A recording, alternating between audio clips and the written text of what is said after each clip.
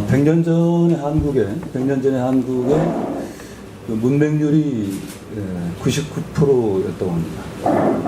100년이 지난 지금 최근 조사에 의하면 문맹률은 1% 남짓, 그 통계가 조금씩 다른데 1% 남짓. 그러니까 100년 전에는 문자를 아는 사람이 100명에 1명이었고 지금은 99명, 100년 전에 99명이 가깝다는 거죠. 근데 문자를 안다는 것과 문자를 한다는 것은 좀 다르다. 문자를 안다는 것은 그 문자를 읽을 줄 아는 거고, 한다는 것은 그 문자에 담긴 의미와 또 그것이 반영하는 세계를 자기 삶과 결부시키고 또 운영할 수 있는 능력까지 가는 것이죠. 그런 면에서 이제 그런 부분에 아주 기초적인 조사를 국제적으로 하는 경우가 있던데, 문서 해독률, 실질 문서 해독률, 그 워딩이 정확하지 않은데 그런 조사입니다. 거기 보니까 한국 사람들의 실질 문서 해독률이라는 것이 세계에서 가장 낮은 수준입니다. 그러니까 글자를 읽을 줄 아는 사람 중에 실질 문서 해독률을 비율을 따지면 최저 수준이라는 거죠. 그러니까 쉽게 말씀드리면 한국은 문자를 아는 사람은 세계에서 제일 많은데 문자를 아는 사람 중에 문자를 하는 사람은 또 세계에서 가장 낮은 그런 이상한 지금 상황입니다. 이것은 무엇을 말하는 걸까? 왜 문자들은 우리에게 다가오다가 거꾸로지는가? 이것은 무엇인가? 저는 이 문제가 사실은 우리가 살고 있는 사회 구조, 그 다음에 뭐 지배와 피지배, 여러 가지 정치적인 갈등과 헤게모니 이런 것과 아주 밀접한 관련이 있다는 생각을 갖고 있습니다. 여러분들 요즘에 뭐죠? 역사 국정화 교과서? 국정화 역사 교과서는 뭐가 맞는 거예요?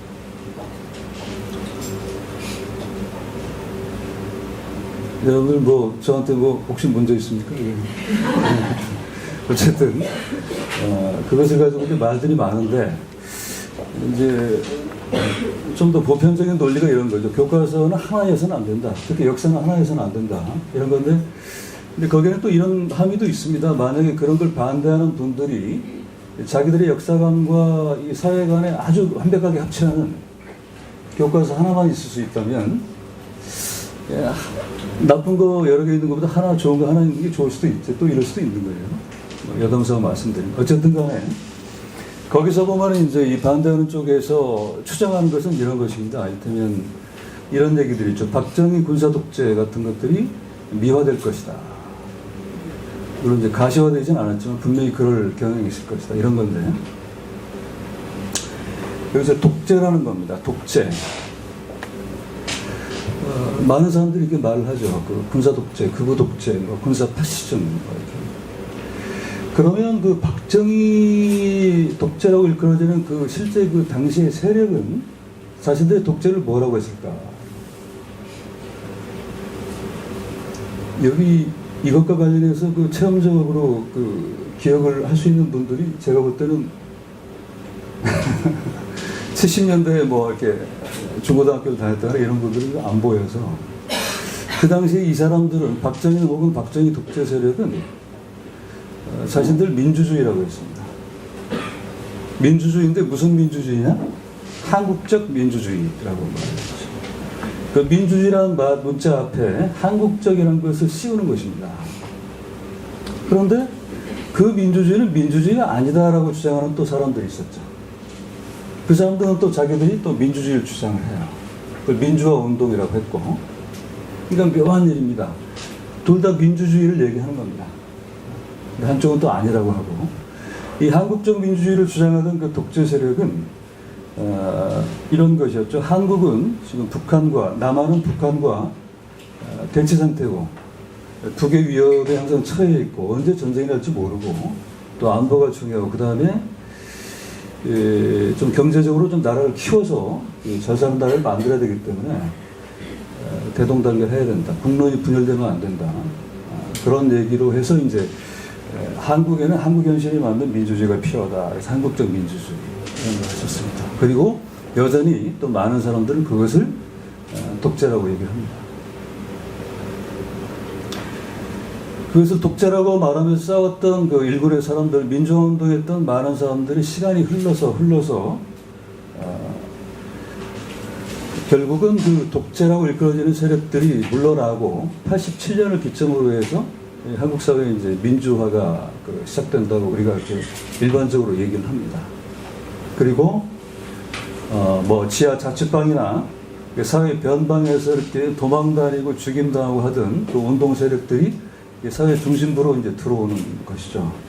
그래서 중산층 신인이 되고 뭐 교수도 되고 학원 원장, 이 학원 원장은 뭐 강남에 있는 그 유력한 학원 원장들은 전부 다 그 3.86 운동권 출신. NL보다는 PD가 조금 많다는 그런 통계가 또 있습니다. 또는 뭐 정치인도 되고 이러면서 결국은 이 정권을 잡는 수준까지 가게 되죠. 우리가 뭐 보통 하는 말로 김대중 정권이라고 일컬어지는 정권과 그 다음에 노무현 정권, 10년 동안의 정권을 그러니까 민주화 운동했던 세력에 의해서 그 민주주의를 추구하는 정권이었는데, 근데 이상한 일이 벌어진 거죠. 민주화가 되면은 훨씬 더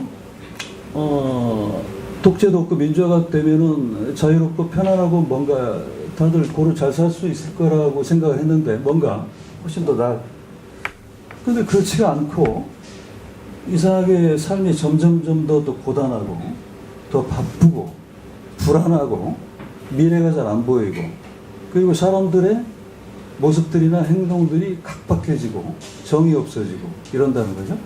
도대체 이거는 왜 이런 일이 벌어지는 건가라는 그 질문들이 나오게 되었고, 그것은 이 자본주의라는 것과 관련이 있구나라는 그런 그 결론을 내리는 사람들이 있었습니다. 이 자본주의, 그런 박정희 군사 독재 시절에는 자본주의가 아니냐, 그때도 자본주의였는데 그때는 이제 국가가 완전히 통제에 관리하는 자본주의였다면 민주화 이후의 자본주의는 신자유주의라고 일컬어지는, 저는 이제 그 말을 하도 많이 써갖고 쓰기도 싫지만 어쨌든 그 신자유주의라고 일컬어지는 그 자본주의, 아주 본격적이고, 여러분 신자유주의 앞에 신자가 무슨 신자인지 아십니까? 새로운 신자라고 알고 있는 분들이 많은데 그 매울 신자. 농담을 해도 웃지도 않으시고. 저는 오늘 렉처 퍼포먼스인데 그 다른 선생님들이 뭐 하여튼 근사한 분들이고 또 뭐 막 강선희 선생님 비평 퍼포먼스 이미 저기 하신 분이고 또 양효수 선생님 또 근사히 시를 읽겠다 그러고, 심지어 오늘 아침에는 또 박 교수님 마지막으로 뭘 또 낭독을 하시겠다고 하더라고요. 그래서 야, 그럼 나는 그냥 렉처 퍼포먼스를 빼는 걸로 내 퍼포먼스를 삼아야 되겠구나. 그런 농담을 했는데, 어쨌든, 그런 이상한 분리현상이 일어났고, 이 민주주의는 사실은 민주주의 껍질에 불과하다. 선거를 하고, 뭐 자유롭게 투표를 하고, 언론의 자유가 어느 정도 보장이 되고, 애가 대통령 욕을 해도 그 아버지가 간첩으로 안 잡혀가고 하는 것들은 대단히 몇십 년 전 그 상황으로 볼 때는 너무나도 그 근사한 것이지만, 사실 그것이 다수의 사람들을 삶을 좋은 삶으로 만들어주는 건 아닌, 아직은 그 절차에 불과한 것이다. 그래서 우리가 보통 이제 뭐 절차적 민주주의 이렇게 비판적으로 또 얘기를 하기도 하고, 그 진짜 실질적인 민주주의를 위해서 이 신자유주의, 자본주의란 문제를 대면하면서 다시 이거 민주화 운동이 필요하다, 이런 것을 가지고 이제 또 진보 운동이다 이렇게 표현을 합니다. 재미있는 것은 이 옛 민주화 운동 세력 그리고 신자유주의를 그 신자유주의의 또 그 어떤 그 한국에 도입한 장본인들이기도 한 이 세력들이 자신들도 진보라고 이제 주장을 하는 거죠. 근데 여기서 진보인데 무슨 진보냐? 진보 앞에 또 뭐가 씌워집니다. 현실적 진보다. 이렇게 얘기합니다. 현실적 진보. 물론 진짜 진보라면 어떤 뭐 계급적이고 좀 더 자본주의 문제를 근간으로 해야 되겠지만, 현재 한국은 아직은 극우 독재 세력이 아주 온전하고 있고 엄청난 힘을 갖고 있기 때문에 그들을 먼저 그들과 싸우는데 모든 것을 힘을 쏟는 것이 지금 현재 우리의 진보의 과제다. 그것이 지금 현재 현실의 진보다. 이런 얘기를 했던 것이죠. 그러니까 민주주의 한국적이라는 것을 씌웠던 사람들과 싸웠던 사람들이 이제는 그 진보의 현실적이라는 문자를 씌우는 그런 재밌는 현상이 이제 벌어집니다. 여기서 제가 여담삼아 말씀드린 현실적이라는 말이 여러분 옛날에 현실적이라는 말이 욕이었습니다. 욕. 저 사람 너무 현실적이야 그러면 이거 욕이었어요. 여기 젊은 분들은 아마 그런 욕을 들어본 적 없죠. 요즘에 그런 욕이 있나요? 저 사람 너무 현실적이야. 그게 무슨 말이냐면 눈앞에 있는 이해타산만 하고 뭐 꿈도 없고 이상도 없고 낭만도 없는 그런 사람을 얘기하는 겁니다. 그냥 아주 저 사람 너무 현실적이다는 말은 사실은 격려라는 말이었어요. 지금은 그런 욕이 없어졌습니다. 왜냐하면 다 그렇게 살아가니까. 지금은 오히려 원칙을 갖고 산다거나 이상을 갖고 사는 사람들이 경멸 당합니다. 너무 이상적이야. 너무 원칙주의적이야. 그건 사실은 칭찬이 아니고 거기는 혐오와 적대감이 이제 들어있는 그런 상황인 거죠. 이 현실적이라는 말처럼 지금 현재 지난 10년, 20년 동안에 뭐 신자유주의 어쩌고 하는 그 시간들과 우리의 삶을 이 한마디로 압축하는 그런 말도 없는가. 현실적이라는 말처럼 우리 삶의 모든 것을 반영하는. 왜 한국적 민주주의였으면 한국적 진보라고 할 수도 있었을 텐데 왜 씌워지는 모양이 달라졌을까? 그것은 그동안의 우리 사회의 변화와 사람들의 의식의 변화를 얘기하는 거죠. 옛날에는 사람들이 국가라는 것을 기반으로 국가가 나를 살리고 죽이는 것이기도 하고 국가라는 틀 속에서 내가 잘 되기도 하고 행복하기도 하고 하는 것입니다. 그것이 틀이었죠. 그래서 지금은 지난 10년, 20년 안쪽으로는 국가가 아니라 지금은 뭡니까? 네, 여러분들 물어본 제가 잘 모르시죠. 돈입니다. 돈. 그죠? 소위 경제라고 하기도 하고. 근데 왜 그러면 돈적 진보로 가면 되지 왜 현실적 진보라고 하느냐. 여러분들 교회 가면 목사님들이 돈 많이 벌게 축복해 드립니다 이런 말을 뭐라고 합니까? 그렇게 돈이라고 하나요? 무슨 축복이라고 하죠? 무슨 축복 받으십시오 그러잖아요. 돈 많이 벌게 할 때. 물질 축복이라고 그러잖아요. 그 되게 재밌는 말이죠. 물질이 도대체 뭐야? 그게 다 물질인데. 사실은 목사님이 하나님이 돈 축복을 주실 겁니다. 이렇게 말하기엔 너무 점잖지 못하기 때문에 이제 물질이라고 하는데 사실은 지금 우리가 쓰고 있는 현실적인 게 중요하다. 현실적이어야 한다. 뭐 현실적, 씌워지는 모든 것들의 사실은 그 안에는 이 돈, 이런 것이 이제 들어가 있는 것이죠. 어쨌든 현실적 진보라고 스스로를 주장하던 세력들은 그것은 진보가 아니다. 좀 더 우리가 나아가야 된다. 실질적인 민주주의가 필요하다 하는 세력들을 계속 흡수합병하면서 결국은 지금은 현실적 진보라는 말이 현실적으로 떼버립니다. 그리고 그냥 진보. 저도 한 5년 전에는 그들 갖다가 이제 뭐 자칭 진보, 현실적 진보, 개혁, 뭔가 여러 가지 말을 썼었는데 지금은 이제 너무 보편적인 그들을 진보라고 하게 되었기 때문에 저도 이제 편의상 그렇게 쓰는 그런 형편.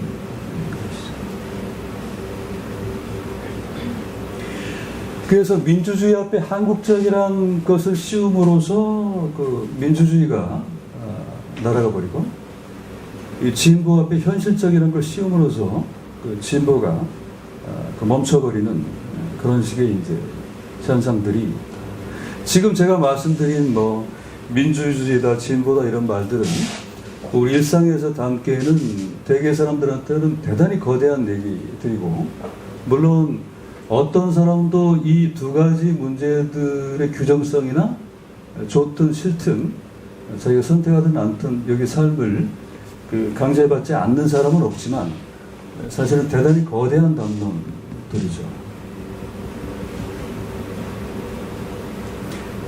하지만 민주주의나 그 진보라는 말뿐만 아니라 우리 삶의 모든 강론들에서도 지금 사실은 이 적을 씌운 문자들이 사실은 작동한다는 것입니다. 이를테면 첫 번째로 어떤 예를 들어볼까요? 교육? 저는 고래가 그랬어라는 어린이 잡지를 만들고 있는데, 사실은 제가 어제 고래 사무실에서 그걸 한 10권 정도 가져와서 여기 있는 분들 몇 분들한테 좀 드릴까 했는데 또 까먹었습니다. 이 교육이라는 것을 가장 간명한 말로 표현하면 이렇게 표현할 수 있다고 생각합니다. 이 아이가 어떤 사람이 될 것인가에 관련된 일들이죠. 지금 현재 한국의 교육은 어떤 겁니까? 이 아이가 어떤 사람이 될 것인가에 관련된 일이 아니라 이 아이가 얼마짜리가 될 것인가에 관련된 일이죠. 그래서 그걸 갖다 부모들은 교육 문제 때문에 힘들다, 고민스럽다, 죽겠다 이게 녹아납니다.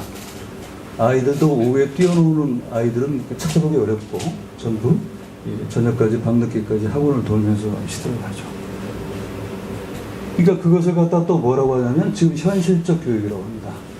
사실 원래 의미에서 내가 가진 교육 철학이나 어떤 교육에 대한 관점하고는 많이 좀 다르지만 지금 현실 때문에 어쩔 수가 없는 교육이다. 많이 있습니다. 행복이란 게 무엇인가? 현실적인 행복. 사랑도 현실적인 사랑. 품위 있게 사는 것? 현실적인, 지금 현재 현실로 볼 때는 품위 있게 사는 건 어떤 건가?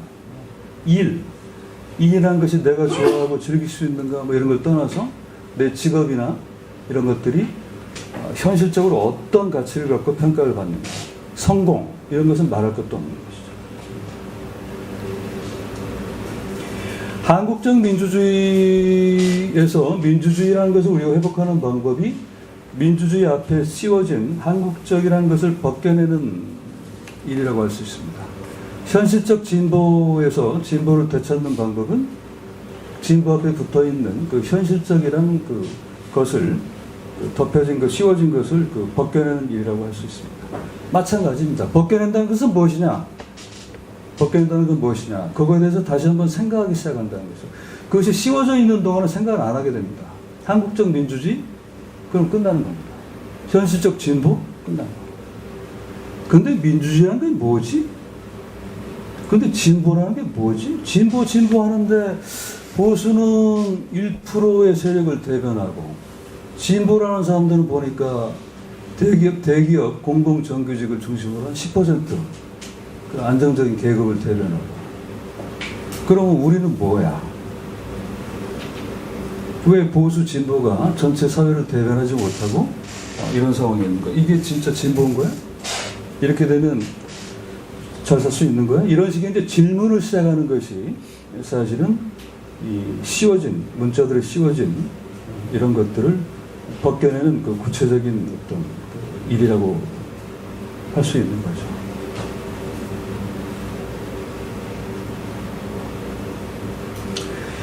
그래서 결국 우리가 문자를 회복한다는 것, 말을 회복한다는 것, 또 그 문자에 씌워진 이런 것들을 벗겨낸다는 것은 단지 바른 말을 쓰거나 올바른 개념을 찾는 걸 넘어서 그 문자 속에 들어있는 우리의 삶, 또 그 문자 속에 대변되는 그 세계들, 이런 것들을 사실은 되찾는 그 투쟁이고, 그리고 사실은 그걸 씌우느냐 벗기느냐를 가지고 엄청난 전혀 다른 세계와 사람들이 사실은 싸우고 있는 것이다.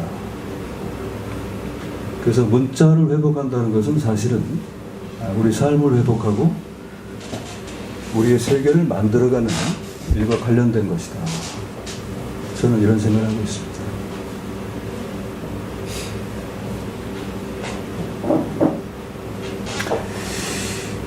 얘기를 다 했는데 지금 너무 빨리 끝났는데. 제가 여담 삼아서 공자님 말씀을 우리가 이제 듣기 어렵다거나 공자님 말씀을 공자님 말씀에 이게 한국에서 유교가 워낙 이제 어떤 뭐랄까 그 여러 가지 미덕이나 장점들이 많고 또 제가 아는 목자 같은 사람들이나 이런 분들은 뭐 정말 대단한. 근데 이제 뭐 우리가 이제 보통 공자님 말씀 그러면 이제 아까운데 지금 현재 제가 얘기한 그 이 적을 씌운 문자들, 적을 씌워서 우리 삶에 적이 된 문자들, 앞에 적하고 뒤에 적은 다른 것이죠. 이 문자들과 관련해서 제가 떠오르는 것은 공자님 말씀 중에 정명이라는 게 있습니다. 정명론이죠. 우리식으로 말하면 발을정자의 이름 명자입니다. 이름을 바로 하는 것이 중요하다. 세상이 흐트러질 때는 반드시 이름부터 흐트러진다. 공자는 지금 비슷한 얘기를 하는 겁니다. 뭐 민주주의라는 것이 사실은 파괴될 때는 그 앞에 이상한 말이 붙거나 아니면 다른 그 개념이 왜곡된다. 진보도 마찬가지고 행복도 마찬가지고 교육도 마찬가지고. 그래서 공자 시대에 이제 왕은 왕, 그다음 신하는 신하, 백성은 백성, 뭐 임금은 임금 이런 식의 이제 그 말씀들을 하시고 우리가 그걸 그대로 해석한다면 뭐 시민이면 시민, 인민이면 인민, 뭐 독재면 독재, 혹은 뭐 어떤 이런 그 말들을 그 본디 뜻에 맞게 다시 그 회복하고 잘 가다듬는 일은 그 말이 포괄하고 반영하는 세계를 다시 회복하는 일이기도 하다. 제가 공자님 말씀을 조금 더 그 해석하면 뭐 그런 말씀을 좀 하셨다. 여담삼아 여러분 그 퍼포먼스 없는 퍼포먼스 완전히 빠진 렉처 퍼포먼스. 예, 제 얘기는 여기서 마치겠습니다. 고맙습니다. 예.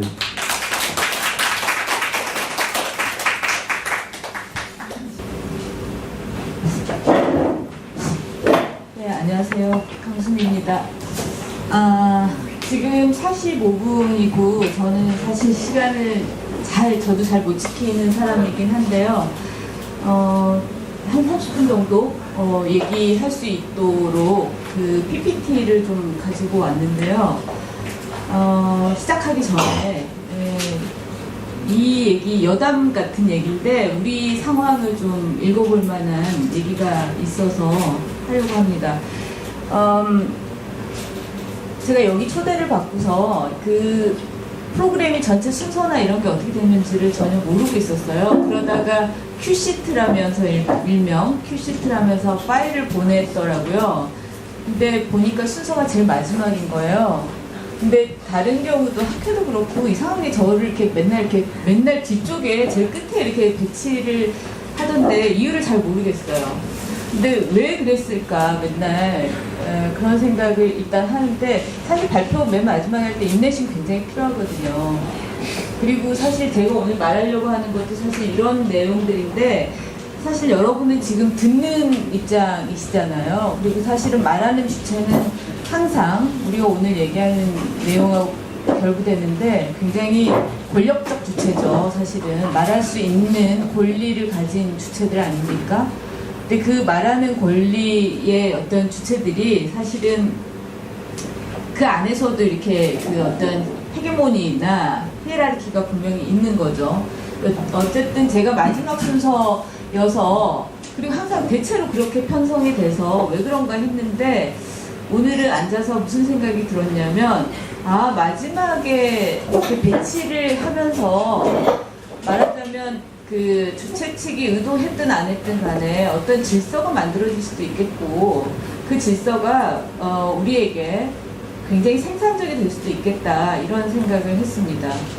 그 얘기는 뭐냐면 앞에 발표하신 세 분이 굉장히 제가 얘기하려고 하는 내용들의 어떤 현상, 가볍게는 현상, 아니면 표상, 아니면 징후, 또 아니면 저보다 선제적으로 어떤 의제를 던져주는 이런 내용들이어서 사실 저로서는 그 내용들을 다 압축해서 마치 제가 여기서도 뭔가 비평가적 역할을 해야 될 것 같은 내지는 논평자 내지는 잘못 말하면 마치 주관자인 것처럼 지식의 주인 담론을 가진 사람처럼 얘기할 수밖에 없지 않을까라는 생각이 내내 들었습니다.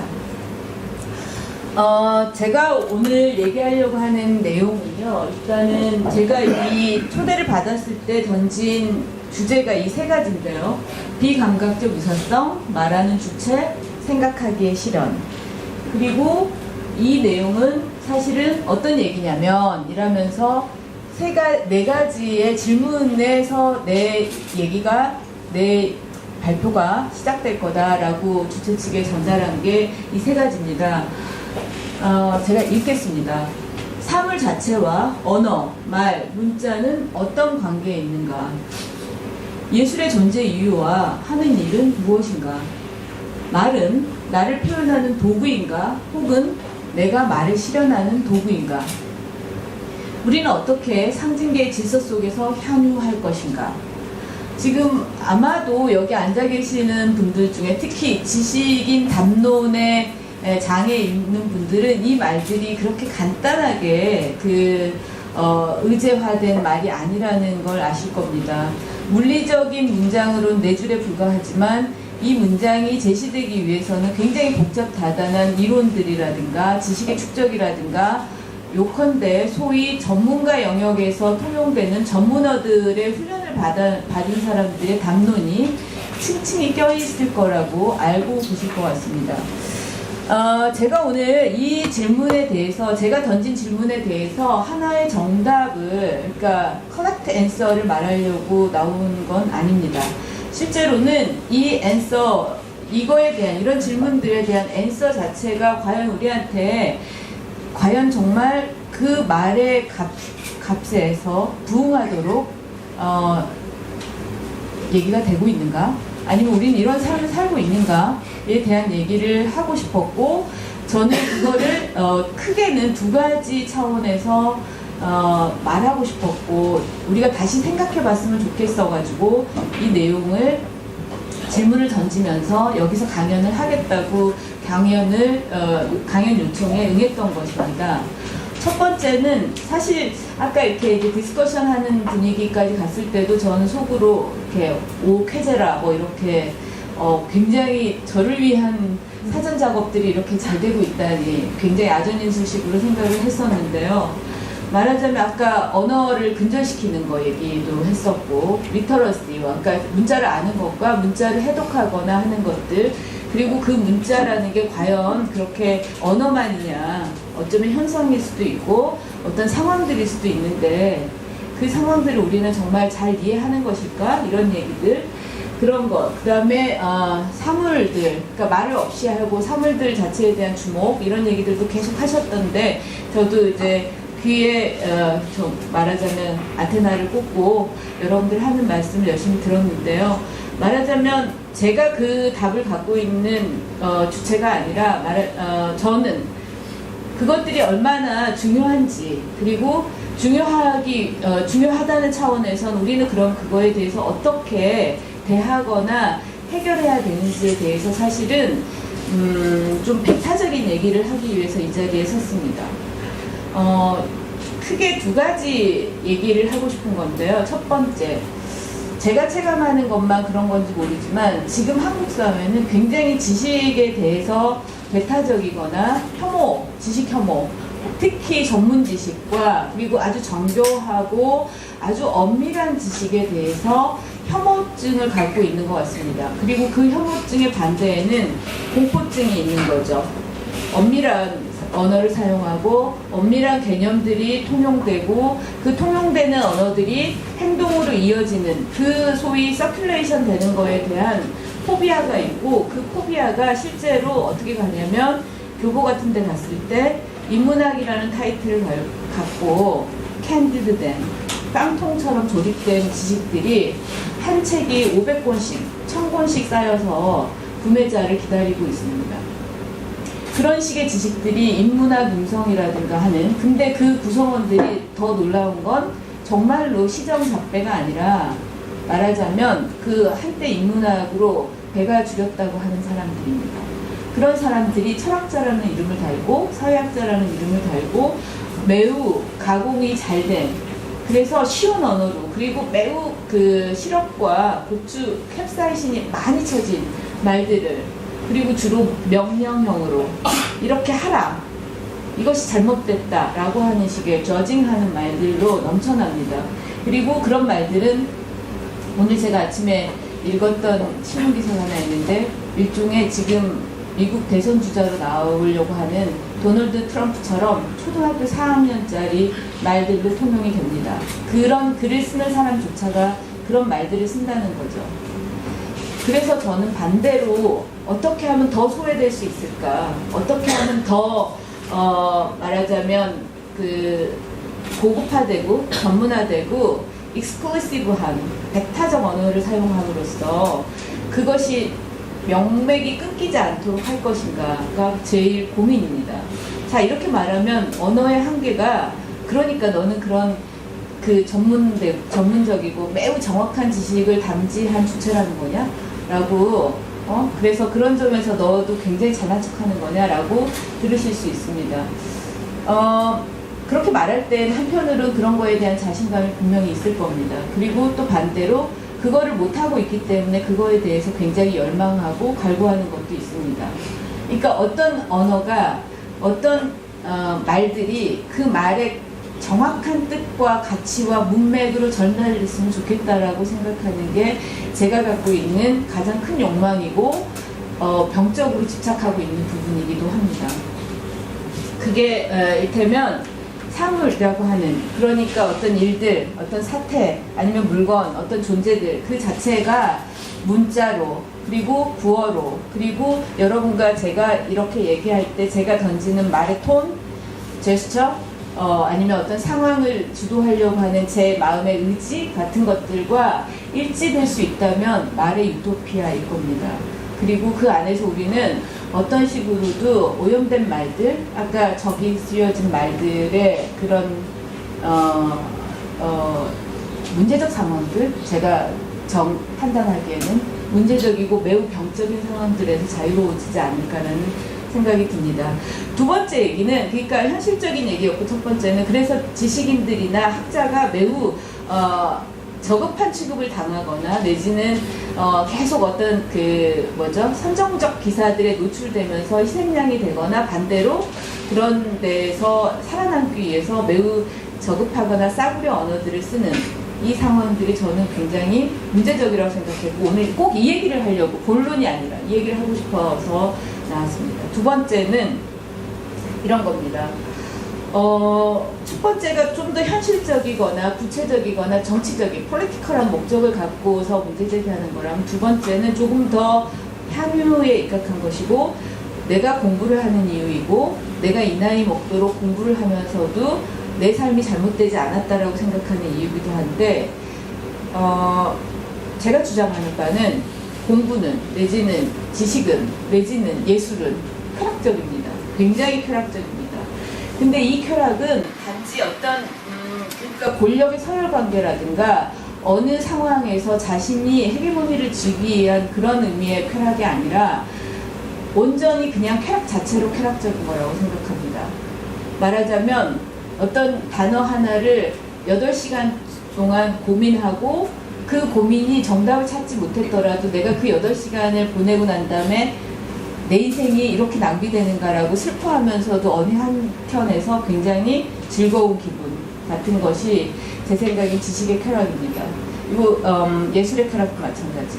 어떤 굉장히 잘 정의된 개념 하나를 만났을 때 그 개념이 내가 이제까지 갖고 있었던 매우 통상적이고 평범하고, 좀 이따가 제가 인용할 예를 들면 베냐민이 꿈 퀴치라고 말하는 그런 세계 속에 퀴치적 언어의 세계가 아닌 세계를 사물을 맞닥뜨리게 접촉 가능하게 해준다는 점에서 지식은, 예술은 굉장히 쾌락적이라고 생각합니다. 오늘 그런 얘기를 하고 싶었습니다. 그러니까 교보만 잘못한 것도 아니지만 교보를 자꾸 얘기를 하자면, 교보에 깔려있는 그 한 권의 책이 매스 프로듀스 돼가지고 5,000권 막 이렇게 일시적으로 풀리고, 뭐 선인세로 10만 권 하루키 뭐 이런 지식이 그렇게 그 소위 통조림화되는 시대에 말하자면 거꾸로 가는 것이 얼마나 쾌락적이면서도 얼마나 가치 있는 것인가를 저는 매우 소수자가 되는 상황이 돼도 계속 주장하고 싶다. 이게 제 오늘 결론이기도 합니다, 사실. 제가 두 인용구를 가지고 왔습니다. 이 두 인용구를, 그러니까 저는 사실 이게 굉장히 편학적이라고 말하는 아까 얘기하고 같은 건데, 하나의 문장은 겉보기하고 달리 문자로만 구성되어 있지 않습니다. 그 문장은 사실은 제가 비평 퍼포먼스를 처음 시작했다고 소위 이렇게 도장을 꽉 찍는다 해도 그때 비평 퍼포먼스는 몸을 움직인다든가 이런 차원이 아니라 이미 사고에 아니면 언어에 육체가 내지는 감각이 내지는 뭐 우리의 인식적인 어떤 궤적이 그리고 누군가의 어떤 잡다한 그 생각의 이런 흔적들 같은 것이 찌꺼기 같은 것이 다 담겨있다는 뜻에서 물질적입니다. 그리고 하나의 문장, 그 문장이 뛰어난 문장이든 아니면 별거 아닌 문장이든 갖고 그 문장 하나를 가지고 10시간을 들여다보면 그 10시간 안에 무수한 지층들이, 의미의 지층들이든 아니면 나를 삶을 정말 바꿀 정도의 어떤 통찰적 부분들이 있다고 생각합니다. 그건 그리고 저자하고는 상관없는 얘기이기도 하고요. 그래서 제가 두 가지 문장을 얘기를 할 건데요. 하나는 뭐 또 베냐민이야 뭐 아는 분들 중에는 제가 베냐민 전공자라고 얘기하실 수도 있을 것 같은데 베냐민이 맨날 익히는 부분이 아닌 부분들이 많습니다. 사실 그리고 그거는 사실 저는 여전히 베냐민을 얘기를 계속 해야 된다고 생각하는데 그건 베냐민이라는 학자가 뛰어나서가 아니라 우리 시대가 상당히 많이 베냐민을 필요로 하는 베냐민이 아니라 베냐민이 얘기한 어떤 내용들을 동시대적으로 이해하기 위해서는 큰 그릇이 된다, 큰 컨테이너가 된다는 점에서 베냐민이 여전히 필요하다고 생각을 합니다. 두 가지 얘기를 할 건데 그 전에 제가 사실은 뭐 들고 다니는 거 딱 싫어하는데요. 근데도 오늘 책을 이 무거운 책을 한권 들고 왔습니다. 이거 발터 베냐민스 아카이브라는 책이고요. 독일어를 번역한 영문판인데요. 국내에는 한글어판이 없어서 제가 영문판을 들고 왔는데 지금 보시는 이 표지 사진이 베냐민이 온갖 노트를 했던 수첩입니다. 여러분이 여기서 보시면 이거는 물질적으로, 그러니까 물론 이건 복사판이지만, 그러니까 이 사진 인쇄된 거지만 베냐민의 사유가 물질화되어 있는 상태를 보실 수 있을 겁니다. 그렇죠? 그리고 이거는 한편으로는 물질적으로 베냐민의 철학과 이론이 실현된 것입니다. 그러나 제가 오늘 말하고 싶은 것 중에 하나는 여기에 쓰여 있는 이 스크립트 자체가 사실은 실현이라는 거죠. 액츄얼라이즈 돼 있는 거고 리얼라이즈 돼 있는 거, 현실화 돼 있고 물질화 돼 있는 것이라는 거예요. 그래서 사실 말은 정말 무섭고 또 한편으로는 무엇인가 우리가 누군가한테 어떤 언어를 써야 될지 어떤 상황에서 어떤 톤으로 말해야 될지가 너무나 중요한 문제라고 얘기하고 싶습니다. 지금 두 가지를 해석하고 싶은데요. 하나는 베냐민의 드림키치라는 텍스트에서 제가 인용해 온 건데 요거랑 결부될 수 있습니다. 여기서 여러분들이 먼저 제가 굳이 그러니까 연결을 시켜보면 앞에 김구환 선생님이 얘기했던 적이 씌어진 단어, 언어라고 했던 게 베냐민도 이런 얘기를 하고 있습니다. 습관으로 달아빠지고 싸구려 격언들로 양념을 친 어떤 부분들. 그런데 저는 김구환 선생님의 말을 반복하려고 하는 게 아니라 짜고 치는 고스톱도 아닌데 이렇게 됐어요. 반복할 게 아니라 말하자면 그 달아빠진 언어들 안에 얼마나 변혁적이거나 해방적인 것들이 있는지에 대해서 베냐민이 얘기했고 우리는 그 지점을 생각하자고 우리가 답을 찾아야 된다면 부정적인 것에서가 아니라 어쩌면 포지티브한 긍정이 아니라 그러니까 양성화시킬 수 있는 쪽에서 생각해보는 것도 가능하다는 얘기를 먼저 하고 싶습니다. 베냐민이 잘 알려진 것처럼 꿈에 대해서 굉장히 많은 철학적 논변을 쓰는 사람입니다. 근데 이때 꿈은 개념적으로 제가 굳이 설명할 건 없겠지만 두 가지로 얘기할 수 있습니다. 아주 베냐민을 이해하는데 굉장히 흥미로운 건 한편으로 굉장히 충실하게 이분법적인 사고를 해야 합니다. 그리고 그 이분법적인 사고의 근간 안에서 어떻게 거기에 미세한 관점의 변경들을 이뤄낼 건지 능동적으로 사유자가 이게 굉장히 중요한 베냐민의 소위 사유의 방법론이라고 한다면 바로 이 문장에서도 그걸 읽어낼 수 있습니다. 베냐민에게 꿈은 이분법적으로 좋은 것과 나쁜 걸로 구분할 수 있습니다. 하나는 꿈이란 인류가 미래를 향해서 내지는 현실이 갖고 있는 억압, 자연이 주는 강압으로부터 벗어나기 위한 일종의 표현의 능력들입니다. 꿈은 말하자면 말을 좀 거칠게 하면 개 돼지처럼 사는 게 아니라 인간을 자유로운 인간으로 살기 위해서 어떻게 처해진 상황이나 물리적 우주로부터 자유로워질까. 물리적으로 실제적으로 현실적으로 그럴 수 없다면 우리는 뭘 할 수 있냐면 꿈을 꿉니다. 꿈꾸기를 통해서 꿈꾸기는 내가 지금 처해 있는 현실 내지는 물리력으로부터 자유로워질 수 있는 굉장히 중요한 동력입니다. 이게 베냐민이 말하고 있는 꿈입니다. 근데 반대로 이 꿈은 현실 정치 속에서 그리고 위정자를 통해서 내지는 승리자들을 통해서 내지는 소위 부패한 말의 주체들을 통해서 끊임없이 판타스마고리아로 환등상으로 넘어가는 꿈입니다. 미망, 악몽, 그리고 소위 그러니까 전도된 욕망들로 정의될 수 있습니다. 그러니까 한편으로 꿈은 현실의 억압을 벗어날 수 있는 힘을 가진 것들이지만 반대로 그 현실이 가지고 있는 억압이 작동할 수 있는 기제기도 한 겁니다. 꿈은 두 가지 양면성을 가지고 있는데 지금 여기서 말하고 있는 그 꿈은 두 가지 얘기가 다 들어있는 겁니다. 첫 번째, 꿈의 역사는 아직 씌워져야 할 것으로 남아있고, 그러니까 꿈의 역사라는 것은 여기서 말하는 꿈의 역사는 아직 실현되지 않은 욕망들 내지는 희망들, 소망들, 공동체의 어떤 근원적 꿈 같은 것들을 얘기합니다. 그게 아직 쓰여지지 않았다는 건 실현되지 않았다는 거죠. 그 꿈의 역사에 대한 통찰을 계시한다는 것은 자연에 예속된 미신을 역사적 각성을 통해 극복하는 일을 뜻할 것이다. 자, 두 번째, 여기서 그 꿈의 역사에 대해서 통찰을 계시한다는 것은 사실은 지금 현재가 어떤 역사의 시간대라고 한다면 그거를 제대로 들여다보는 깨어날 수 있는 꿈으로부터 그 나쁜 꿈, 미망으로부터 판타스마고리아로부터 깨어나는 통찰이 필요하다는 겁니다. 이 통찰은 영어로 awakening이라고 쓰죠. 말 그대로.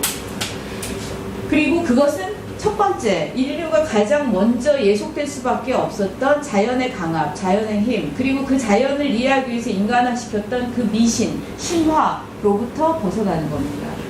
그걸 극복하는 게 이 꿈의 역사에 대해서 통찰을 계시하는 첫 번째 행동일 거라고 얘기하고 있습니다. 그리고 베냐민이 맞아 이런 얘기를 하죠. 꿈꾸기는 역사에 관여했다. 그러니까 첫 번째 꿈은 한편으론 인류가 아무것도 쓸 수 없고 의식할 수 없었던 프리히스토리 시대, 선사 시대에는 그냥 꿈이었어요. 그런데 그것이 역사라고 하는 인간이 의지를 가지고 써내려고 하는 시간대의 이야기라고 하는 것들을 쓸 수 있도록 하는, 그러니까 앞으로 나아갈 수 있었던 동력이라는 겁니다. 자, 그런데 그 역사가 한국의 지금 상황하고 똑같이 역사가서 국정화 작업을 하겠다라고 밀어붙이는 쪽과 그것이 문제라고 그런 식의 소위 국정교과서화가 문제라고 제기하는 측이 소위 맞서는 상황들, 거기서 무엇이 옳은지에 대해서 계속 우리가 혼란스러워하게 되는 아노미 상태에 빠지는, 근데 분명히 누군가가 그걸 혼란을 조장하거나 잘 못 읽게 하는 게 있는데 그거를 해치고 보기 어렵게 하는 이런 상황들이 있습니다. 말하자면 여기서 꿈이 그런 것들입니다. 한편으로는 김무성 여당 대표가 말하는 꿈이 있는 겁니다. 국정교과서를 하면 국민이 이런 데에서 좋아져요 라고 하는 식의 꿈. 그리고 반대로 이 꿈은 지금 어떤 식으로 우리가 생각을 하거나 과거를 이해를 할 때 내가 앞으로 이 한국 사회를 구성원으로서 아니면 아주 이기적인 개인으로서 어떻게 잘 살 것인가에 대해서 정립할 수 있는 밑그림 같은 겁니다. 그런 점에서 꿈은 항상 역사에 개입해왔다라고 베냐민이 얘기하고 있습니다.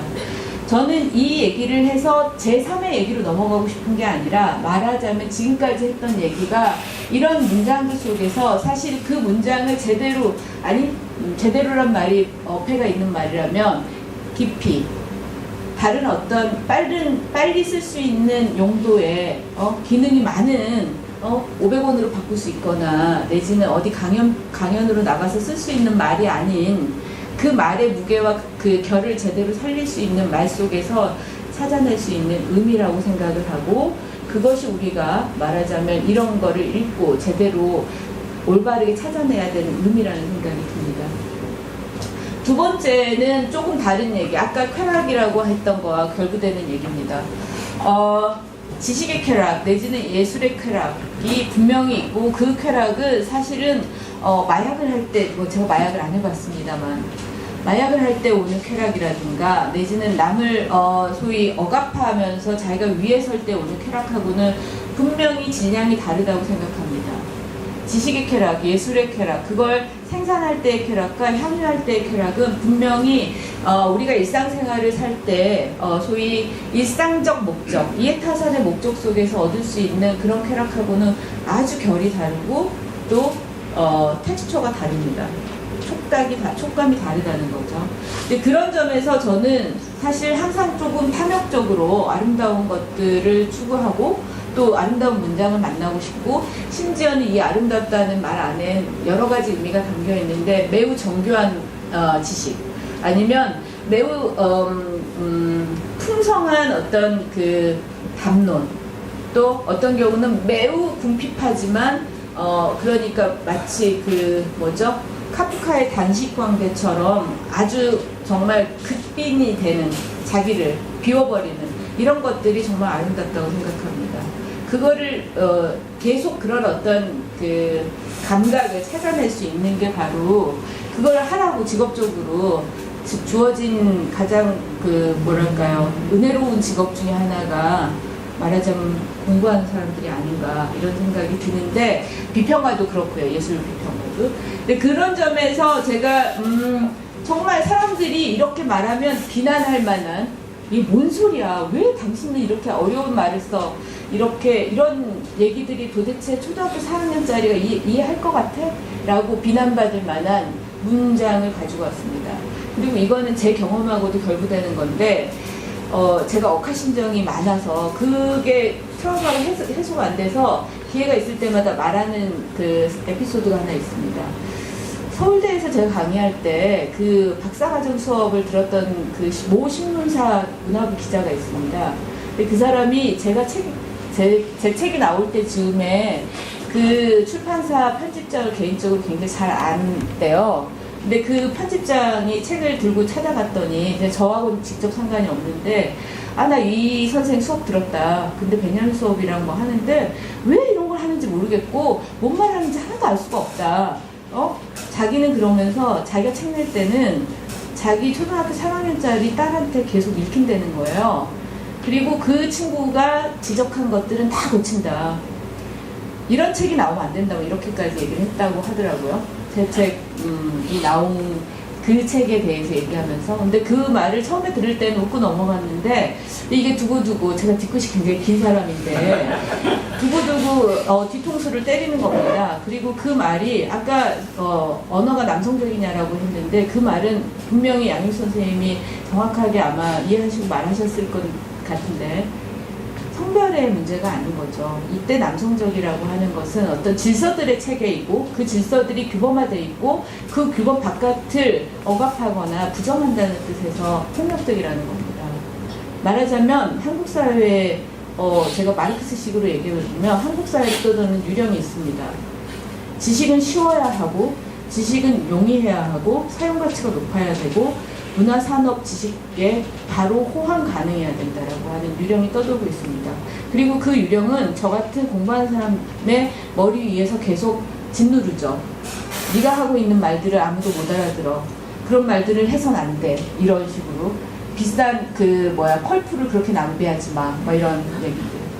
자, 근데 그런 사회가 얼마나 저는 끔찍한 사회인가. 그거야말로 파시즘의 사회이고 전체주의의 사회가 아닌가. 그러나 지금 현재는 그 파시즘이나 전체주의의 얼굴이 뭐냐면 문화산업이고 창조경제이고, 그리고 대중의 어떤 참여나 소위 대중과 공유하는 것들.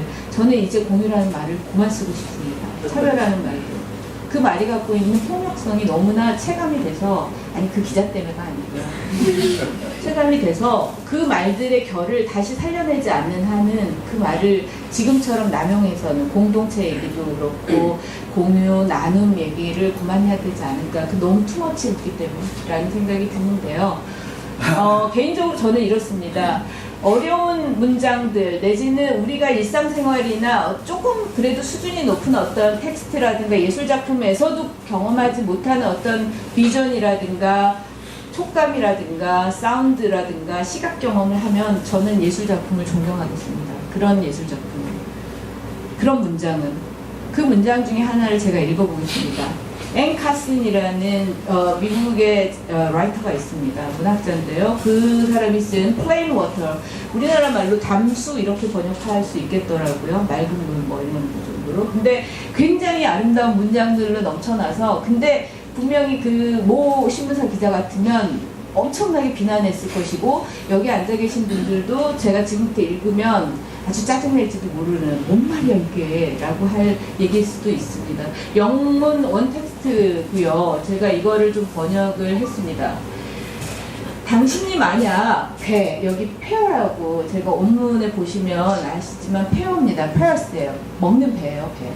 타는 배가 아니고요. 당신이 만약 배와 겨울이 서로의 변종인 마을에서 오도가도 못하게 되면 어떻게 하겠습니까? 첫 문장부터 제가 번역을 너무 못했는지도 모르지만 뭔 말인지 모르시겠죠. 서로의 변종은 뭐고, 배하고, 겨울이 왜 갑자기 나와? 소위 그 IQ 테스트 같은 거에도 제일 연관성 못 찾아낼 두 단어 아니야? 뭐 이럴 수 있을 것 같은데요. 당신이 만약 배와 겨울이 서로의 변종인 마을에서 오도가도 못하게 되면 어떻게 하겠습니까? 당신은 겨울을 먹을 수 있나요? 뭔 뜬금없는 소리야. 이러겠죠. 우리의 그런 일상적 언어 감각이나 이해해서. 아니죠. 못 먹죠, 당연히 못 먹는 거고, 저런 문장 질문을 하면 안 되는 거죠, 사실은. 그렇다면 꽁꽁 얼어붙은 먹는 배 속에서 6개월씩 버틸 수 있나요? 저것도 뭔 소리지?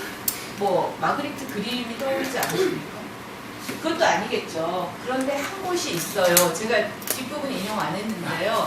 자기가 한 곳을 알고 있다고 저 화자가 얘기합니다. 그 한 곳은 마치 제가 기억에 제가 기억이 별로 좋지 않은데 기억에 의거해서, 근데 이 기억은 어디서 제가 불러오고 있냐면요. 제가 이 문장을 읽었을 때 제 머릿속에 이미지네이션 된 거랑 제가 체감이 됐던 이런 의미가 아닐까라고 피부로 이렇게 좀 구성을 해봤던 데서 가지고 와서 지금 그 문장을 불러보겠습니다. 그러니까 그런데 한 곳이 있어요. I know 이렇게 얘기합니다. 내가 아는 한 곳이 있는데요. 그곳은 마치 벽이 silence랑 worry, 벽이 뭐죠? 침묵 내지는 정적이랑 이렇게 대꾸를 이루는 그런 곳과 같은 거예요. 라고 얘기를 합니다. 당신은 정적 안으로 삽입해 들어갈 수 있나요? 이렇게 또 질문해요. 당신은 정적 속으로 들어갈 수 있습니까? 당신이 당신의 모든 엣지를, 모든 모서리들을 다 이렇게 떨쳐내고 벽으로 들어갈 수 있다면 당신은 그 공간에 들어가는 겁니다. 라고 얘기하고 있어요. 그리고 침묵이라는 게 바로 그런 거라고. 침묵은 마치 당신 자신, 엣지를 다 테이크 어웨이 하고 벗어내고 그 속으로 들어간 것, 그런 상태, 그게 바로 침묵이고 정적이고, 당신이 뱃속에서 6개월 프로즌되어 있는 꽁꽁 뱃속에서 6개월을 버티는 거, 그리고 또 한편으로는 뭐죠? 겨울을 먹는 것이라고 얘기하고 있습니다. 저는 이 문장을 너무 깜짝 놀랍게 아름답다고 생각을 했어요. 우선은 뭐 이런 프로즌이라든가 사일런스라고 하는 단어들이 주는 우리의 경험 안에서도 아름답게 정의되어 있는 질감들이 있지 않습니까? 그런 것들을 굉장히 제가 아는 어떤 상투적인 감각이 아닌 쪽에서 일깨워줘서 굉장히 아름답다고 생각을 했습니다.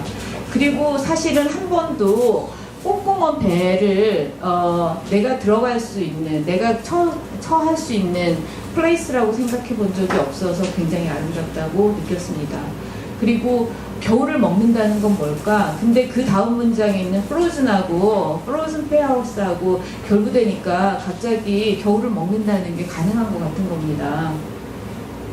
이 문장을 읽으면서 그런 이미지네이션을 했어요.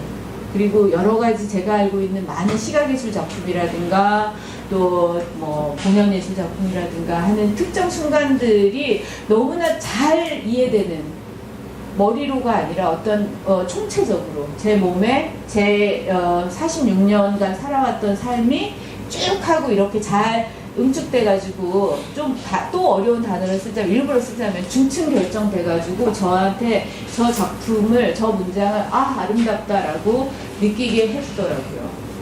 저의 오늘 제 강연의 목적이 바로 이 순간이었습니다. 말하자면 나는 어떻게 생각하는가. 근데 내가 지식의 주체, 주인담론을 얘기하는 사람이 아니라 말하자면 한 명의 개인으로서, 그렇지만 그 개인이 굉장히 다질적인 다양한 퀄리티를 갖고 있고, 그 퀄리티는 그리고 사실은 평범하지는 않은, 어떻게 보면 굉장히 특별하거나 고도로 연말을 잘 해왔거나 하려고 노력해왔거나 한 인식과 감각을 가진 사람이 어떤 식으로 문장을 조우하는지, 문자들하고 대면하고 있는지, 그리고 거기서 관계를 어떻게 맺으려고 했는지를 사실은 처음으로, 제가 이렇게 저렇게 강의하고 강연하고 글 쓴 지 꽤 됐는데도 불구하고 처음으로 제 사고의 결, 제가 어떤 문장을 어떤 식으로 리터러스 하는지, 그리고 그것들이 나로 하여금 어떻게 새로운 말을 발명하게 하는지를 처음으로 이렇게 좀 뭐라고 하죠? 베냐민 표현을 빌리면 양말에 손을 넣어서 안쪽에서부터 확 끄집어내서 안쪽이 확 하고 바깥이 되는 식으로 보여드리고 싶었습니다. 시간 되게 많이 썼죠. 끝내야 될 것 같은데 사실은 절반도 안 한 건데요. 말하자면 아까 이거는 제가 방금 말했던 양말을 뒤집는 행위하고 똑같은 식의 걸로 이해해도 좋을 것 같습니다. 베냐민이 이렇게 얘기합니다. 사물이 꿈들에게 어떤 면을 드러내는 것일까? 이때 꿈들은 뭘까요? 인간이 꾸는 꿈이겠죠. 그 꿈들은 사물이 비춰주는, 저에게 저의 사고나 저의 상상력에 말하자면 영향을 주는 부분들이겠죠. 어떤 거를 보고 내가 여기서 인상을 받는 그런 식의 것들. 근데 사물이, 우리는 보통 사람을 주체 개념으로 주어나 주체로 생각하니까, 주체가 그런 게 아닌데도, 그러니까 어떠냐면 사물을 중심으로 생각을 별로 안 하는 거예요. 그러다가 돈이 되니까 하죠, 요즘에. 사물, 인터넷 막 이러면서요. 그런데 사물들이 꿈에게 어떤 면을 드러내는 걸까? 그러니까 사실은 사물은 사물 자체로 있는 겁니다. 근데 그게 한 공동체, 특정 시점에 소위 국민 아니면 뭐 작은 집단 아니면 개인한테 자기 면모의 일부만 보여주는 거예요. 아예 안 보여줄 수도 있고요. 아예 안 보여주면 정말 상상력은 근절되는 굉장히 공포의 건조한 사회가 되겠지만, 근데 그걸 보여주는 부분들이 말하자면 잘 감지되기도 하고, 또 아까 뭐 소위 공자 얘기처럼 정명으로 커뮤니케이션 하기도 하고, 아니면 트위스트 돼서 비틀려서, 아니면 매우 오염돼서 전달되겠죠. 자, 근데 베냐민이 되게 흥미로운 얘기를 합니다. 사물이 꿈에게 드러내는 거는, 이때 꿈은 소위 앞에 맥락이 있어요. 공동체가 꾸는 꿈입니다. 특히 억압받은 공동체. 베냐민 시대로 따지면 파시즘 및 목전에 있는 독일 민족, 이들에게 소위 사물이 어떤 면을 비춰주는가, 이들이, 그러니까 우리 어떻게 됐으면 좋겠어, 지금이 이런데 어땠으면 좋겠어, 이 꿈을 좀 우리가 좀 나이브하게 해석해보면 그런 거죠. 난 이 상황에서 벗어나고 싶어도 꿈인 거입니다. 희망. 자, 근데 그걸 어디를 보여주냐면 제일 해진 부분, 달아서 해져 있는 부분을 보여준다는 겁니다. 사물이 보여주는 건. 이게 제가 해석해보면요, 가장 상투적인 거를 얘기합니다. 제일 많이 쓴 거, 제일 많이 써서 해져서 달아진 거, 그게 스테레오타입이죠. 그러니까 A라고 말하면 사람들의 99%가 그냥 A라고 들을 만한 것들, 이거를 사물이 먼저 보여준다는 거예요. 그리고 그것이 이를테면 정치인들, 예를 들면 도널드 트럼프 같은 사람들은 예를 들면 초등학교 4학년짜리 말로 쓰는 것들입니다. 그러면 그만큼 많이 달아빠진 언어가 어떠냐면 영향력을 갖게 되는 거예요. 그리고 그 집단은 그런 식의 수준 속에서, 그 정도의 데피니션 속에서 미래에 대한 꿈을 꾸거나 현실을 벗어날 꿈을 꾸는 겁니다. 여기서 여담이지만 한국 사회는 그런 점에서 저는 끔찍한 사회라고 생각합니다. 지금 현재가. 그리고 그건 엄밀히 따지면 한 부자 되세요 같은 말들을 우리가 공용어로 하기 시작한 시점쯤부터 본격화됐다고 봅니다. 자, 그것은 그러니까 사물이 보여주는, 꿈에게 보여주는 그 단면은 습관으로 달아빠지고 싸구려 격언들로 양념을 친 면들, 그러니까 뭐 아까 아저씨의 언어 뭐 이런 얘기도 했지만, 말하자면 이렇게 해야 돼 뭐 이런 거 있잖아요. 철학은 뭐 이런 거야 뭐 이러면서 뭐 연애 상담하고 이러는 말들이 넘쳐나는 겁니다. 그것도 일종의 격언의 형태로 들어가죠. 뭐 아프니까 뭐 이러고 뭐 그다음에 감정 뭐 수업하고 뭐 이런 거. 사물이 꿈에게 자신을 드러내는 면은 키치입니다. 그러니까 사물은 사실은 어떤 꿈꿔야 되는 부분에다가 가장 해지고 달아빠지고 통속적이고 소위 세속적인 거를 보여줍니다. 그런데 거기서 끝나지 않아야 된다는 거죠, 사실은. 그러니까 달아빠진 언어가 문제인 것이 아니라 그 달아빠진 언어들로부터 어떻게, 예를 들면 당신은 겨울을 먹을 수 있나요? 라든가 뱃속에서 6개월을 살 수 있습니까? 라고 질문하는 언어가, 생각이, 상상이, 예술이, 지식이 나와야 되는 거죠.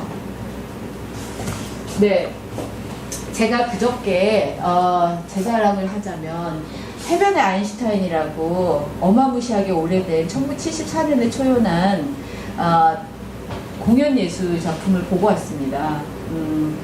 4시간 반에 걸려서 하는 공연인데요. 굉장히 뭐라고 하죠? 쾌락적으로 보고 왔습니다. 정말 탐욕적인, 그러니까 소위 탐미적인 게 바로 탐욕이잖아요, 여러분. 미를 막 정말 개걸스럽게 탐하는 4시간 반을 그렇게 보고 왔는데요.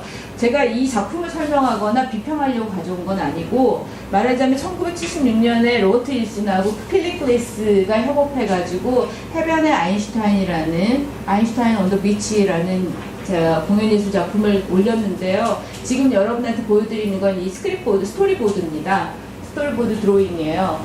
근데 이 드로잉들이 제가 딱히 이 얘기를 하려고 가져온 게 아니라 76년에 이게 74년에 구상해 76년에 초연이 되고 정말 전 세계 몇 개 공연을 안 했더라고요. 한국도 사실은 불가능한 거였는데 예산이나 이런 걸 봤대요. 그리고 오디언스가 없잖아요. 무엇보다도 작품을 올려도 청중이 있어야 되는데 그런데 약간 그 광기의 현장인 저 국립아시아문화전당이 어마무시한 예산으로 해놨는데 콘텐츠가 없고 처음 하는 거기 때문에 막 뭐든지 하고 있습니다, 지금. 근데 뭐든지가 여기서 중요한 건 뭐냐면 아무거나 한다는 얘기가 아니라 사실은 한국식 사고와 한국식 문화 자본의 서큘레이션에서는 절대 할 수 없는 것들을 그 상황이 지금 약간 아노미 상황이어가지고 막 하고 있거든요. 그 중에 하나가 실제로 필립 글래스와 로버트 윌슨도 놀랬습니다. 그리고 이게 자기네들이 실현할 기회들이 그렇게 녹록지가 않다는 걸 너무나 74년부터 겪었기 때문에 사실은 이번에 ACC에서 하고, 그러니까 국립아시아문화전당에서 하고 이거 끝날 거야, 더 이상 못할 걸 이라고 얘기하고 다닐 정도입니다. 제가 이 얘기를 하는 건 말하자면 이 사람들의 욕망이, 이 제작자나 컴포저나 내지는 디렉터의 욕망이 뭘 건지를 생각해 보자는 겁니다. 그 욕망은 사실은 금방 충족되지 않고 금방 이해를 구하지 못하고 사실은 누구한테 축복받지도 못하는 것일 건데, 저는 이것이 점점 한국 사회뿐만 아니라 전 세계에서 사라지는 것 같아서 굉장히 무섭습니다.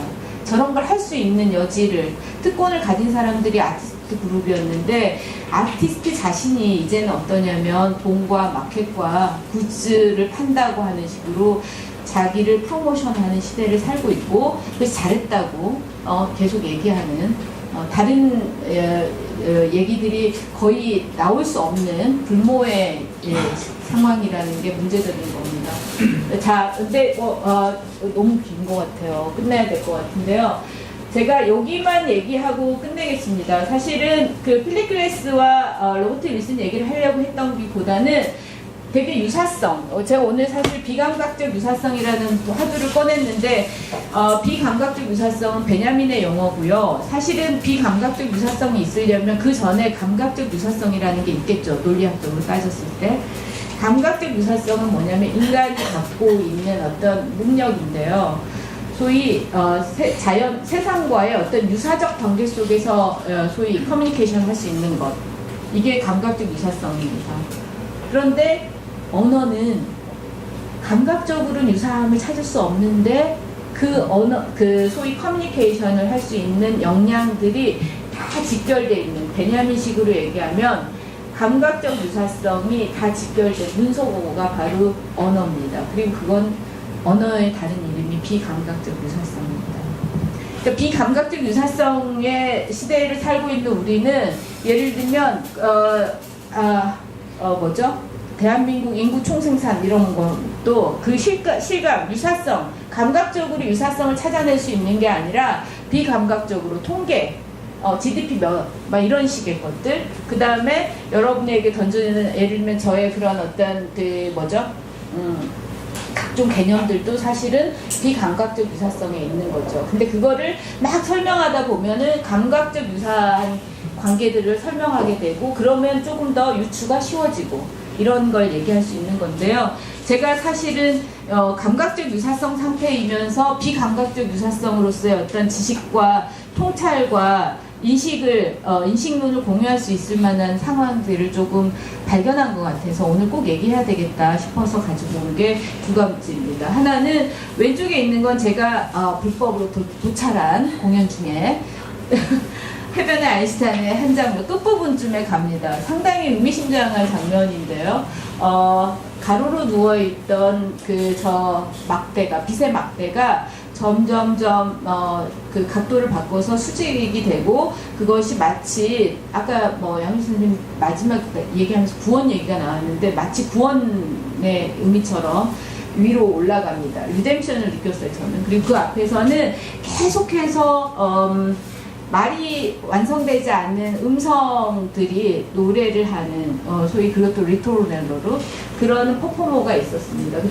두 이미지를 봤는데요. 저기서 저는 어떤 걸 느꼈냐면 말하자면 1974년에 저 예술가들이 꿈꿨던 것들이 아인슈타인의 직접적 얘기가 아니라 말하자면 어떻게 소위 과학의 발견이 핵폭탄이 되고 이러는 상황들, 아이러니 같은 것들이랑 얘기됐고 그러면 어떻게 인류는 구원돼야 되지? 라고 하는 것들을 마지막에 삽입했다고 끼워넣었다고 생각하는데 그 지점에서 왼쪽 이미지는 저는 해방적 이미지가 될 수 있다고 제가 그렇게 읽었다고 할 때는 최소한 한 명의 오디언스는 그렇게 해방적 메시지가 될 수 있었다고 보는데요. 그 똑같은 빛이 다른 한편으로는 전혀 문제적 빛이 될 수도 있는 건데 오른쪽 거는 사실은 그런 입장을 가진 의미는 아닙니다. 오른쪽의 이미지는 1929년에 에디슨 스파이크라는 이름의 기념물입니다. 그러니까 에디슨 잘 아시죠? 전기 발명하고 그 사람을 기념하는 소위 그 기념 모뉴먼트가 암스테르담에 세워졌는데 그겁니다. 그러니까 유사성은 일단은 있죠. 그죠? 설명 안 해도. 자, 그 다음에 빛이 문제인 겁니다. 사실은. 왼쪽의 것들은 제가 여기 두 개 캡션 달아놓은 것처럼 베를린 경기장에서 나치가 하지 축제를 벌였던 순간의 장면이고요. 밑에 건 뉘른베르크에서 대규모 전당대회를 하죠. 이때 그리고 레닌 리펜슈타인이 굉장히 스펙타클하게 영화를 찍어내고요. 그 장면들입니다. 여러분, 빛의 건축이라는 게 처음 시도된 게 나치예요. 빛으로만, 비물질의 빛으로만 소위 올림푸스 신전 같은 식의 그런 소위 건축을 했던 겁니다. 근데 저 빛들은 사실은 파시스트적 빛이죠. 말 그대로. 여러분, 저기가 최후의 결정인가 하는 것들이 나왔던 때요. 유대인 말살 전쟁이 나왔던. 말하자면 역사의 불빛, 전기빛 이미지가 어떤 식의 메타포를 갖고 있는지를 얘기를 할 수 있을 거고, 오른쪽 거는 필립 글래스의 공연 중에 나오는 마지막 부분인데, 하나는 1984년인가 그럽니다. 지금 가려져서 여러분 안 보일 것 같은데 1984년에 밤에서 했던 공연 장면이고요. 밑에 거는 제가 이번에 찍은 불법으로 찍은 겁니다. 근데 두 개를 가지고 이 네 개 중에 네 개를 가지고 저는 일단은 소위 왼쪽과 오른쪽의 이미지를 이렇게 대면하고 싶었고 충돌시키고 싶었고, 또 한편으로는 위에서 아래로, 그래서 X축, Y축, 역사의 X축, Y축, 그리고 무엇을 어떻게 소위 읽어낼 건가 하는 얘기, 그러니까 빛이면 무조건 좋은 건지, 룩스, 밝으면 좋은 건지, 이런 거. 그 다음에 역사에 대한 이해들이 오늘 우리 사실 되게 중요한 태제 같은데, 저는 관점을 달리해보는 건 매우 중요하지만 그 관점이 어디에 위치해야 되는지를 고려하는 글쓰기가 필요하다고 봅니다. 그러니까 내가 여기서 조금 다른 얘기를 해야지라는 욕망에 빨리 수긍하기보다는 이 말들이 이 현실 사회 수준이 이럴 때 그러니까 쉬운 용어라는 뜻이 아니라 어디에다가 이 퍼즐의 한 조각을 집어넣어야지 얘가 쫙 퍼져서 전체를 하나로 이렇게 할 건가에 대한 고려가 되게 필요하지 않나, 이런 생각이 들고, 그 지점에서 저는 네 개의 이미지에서 각자이면서 저것이 조합될 때 어떤 얘기가 가능한가를 생각해 볼 수 있다, 이런 얘기를 하고 싶어서 도판을 이렇게 만들었고요. 마지막 얘기는 할 포스터라는 미국의 미술사학자이자 미술비평가의 얘기입니다. 이건 그리고 우리 동시대 얘기입니다. 뭐냐면 할 포스터가 되게 흥미로운 책을 많이 쓰는 저자예요. 지적 상상력이 되게 뛰어난 저자라고 생각합니다. 그렇지만 저는 이 사람 존중하지는 않아요. 왜냐하면 되게 이렇게 현세적 학자라는 생각이 들어서요. 근데 어쨌든 할 포스터가 아키텍처 컴플렉스, 점점 현대 동시대 예술이 점점 건축과 미술이, 특히 시각 예술이 이게 뭐라 그러죠? 아주 가까워지고 있거나 소위 서로를 이렇게 펑트레이트 하면서 말하자면 복합체가 되고 있다는 그런 논지에 글을 썼는데, 여기에 되게 서문에 저로서는 내가 하고 싶었던 얘기야 라고 했던 게 있어서 인용해 왔습니다. 이 동시대는 어디 가까운 근대가 아니에요, 여러분. 지금 여기 말하는 겁니다. contemporary. 그래서 저는 이 문장이 힘있다고 생각해요. 동시대에 물질과 기술은 환해지는 경향이 있는데, 제가 이렇게 라이트니스를 이렇게 환해진다는 얘기로 번역을 했습니다. 환해지는 경향인데, 그렇죠. 불야성을 이루죠, 사실. 그리고 여러분, 우리는 어떠냐면, 솔직히 말해서 파리 가서도 그렇고 조명이 멋지게 돼 있으면 최고라고 하잖아요. 일단은 그 환함에 대해서 동의를 막 하게 되잖아요. 근데 이 환함이 미술은 물론 건축에 영향을 미치고 있다. 사실은 건축이 먼저였던 것 같기도 해요. 샌프란스 병원의 그런 소위 의료 산업에 대해서 보기보다는 샌프란스 건물의 그 굉장히 미니멀한 조명이 저는 더 마음에 듭니다. 그게 어쩐지 샌프란스 병원을 뭔가 굉장히 이렇게 세련된 병원으로, 산업하고 상관없는 곳으로 느끼게 해줘요. 특히 그 환함은 물질의 진실성과 구조적 투명성이라는 과거의 가치를 재평가하도록 강제한다. 그러니까 지금 동시대가 열광하는 환함이라는 건 바로 가까운 근대의 소위 베냐민식으로 얘기해서 광기의 근대가 아니라 이성의 날선 도끼로 경작해야 되는 근대가 최고의 가치로 삼았던 것이 있다는 겁니다. 진리, 물질의 진실성, 물질 자체에 대한 거, 그 다음에 구조적 투명성 같은 거, 이런 것들이 지금은 별로 의미 있는 가치가 아닌 것처럼 하게 됐다는 거예요. 상대성 맨날 얘기하고 해석이 중요하지, 내 입장은 그래, 내 관점 이러면서. 근데 이거 반대는 전체주의가 절대 아닙니다. 네, 긴 얘기 할 수 없는데, 어쨌든 이런 식의 가치들을 재평가하도록 강제한다. 어떤 식으로? 진실성을 따지게 되는 게 아니라, 투명성을 따지는 게 아니라, 투명성을 가리는 것, 모호성의 상태가 더 낫다고, 언스테이블한 게, 불확실성이나 불안정이 더 좋은 거라고, 소위 프리캐리어스한 게 더 좋다고 하는 식의. 환함은 그런데 오늘날 현대성의 이데올로기적인 집합체입니다. 그 모든 현대의 그런 정치, 사회, 종교적인 이데올로기, 위정자들의 이념, 이것들의 집합체라는 겁니다.